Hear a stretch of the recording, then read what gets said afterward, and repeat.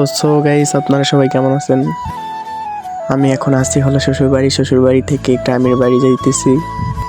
আমার গ্রামের বাড়ি কিভাবে যেতে হয়, কোন রাস্তায় যেতে হয়, আজকে সব দেখাবো এই ভিডিওতে, সবাই সাথে থাকবেন।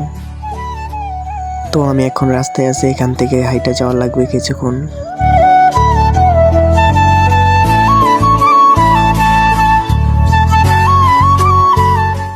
তো আমাকে এখান থেকে অটোতে যাওয়া লাগবে, অটোর লাইগা অপেক্ষা করতেছি।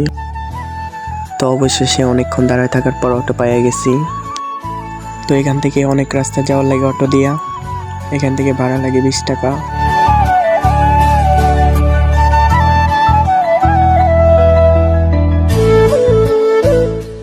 তো অনেকক্ষণ অটো দিয়ে আসার পর মেন রোডের কাছে একটা বাজার আছে, বাজারে আইসা পড়ছি। এখন অটো থেকে নামতে হবে। তো অটো থেকে নামার পর এখন আমি ওভারব্রিজে উঠা পড়ছি, এখন আমাকে লোকাল বাসে উঠতে হবে।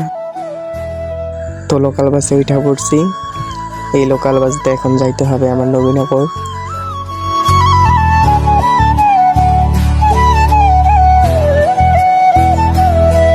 তো আমি এখন আছি হচ্ছে নবীনগর থেকে এখন অটোতে উঠবো। তো আমি এখন আছি অটোতে, আর আমার অটোতে যাইতে হবে বাইপেল। আর সবাই সাথে থাকবেন, ফুল ভিডিওটা দেখবেন।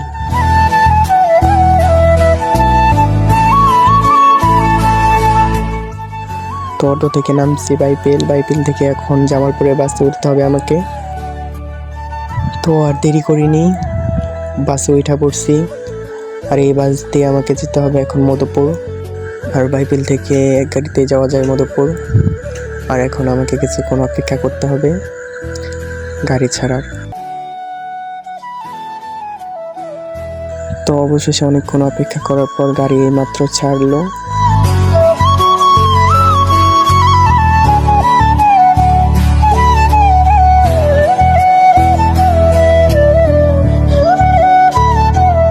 তো সরি, আমি একটু ঘুমিয়ে গেছিলাম, অনেক ক্লান্ত ছিলাম, তো তাই কখন ঘুমাইছি জানি না। তো আমরা এখন আছি হচ্ছে ঘাটাইল।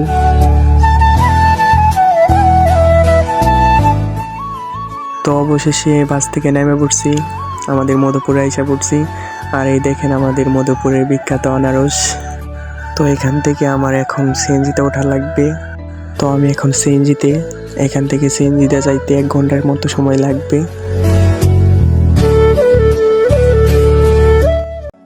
তো অবশেষে অনেকক্ষণ অপেক্ষার পর আমি সোলাগুড়ি বাজারে আইসা পড়ছি।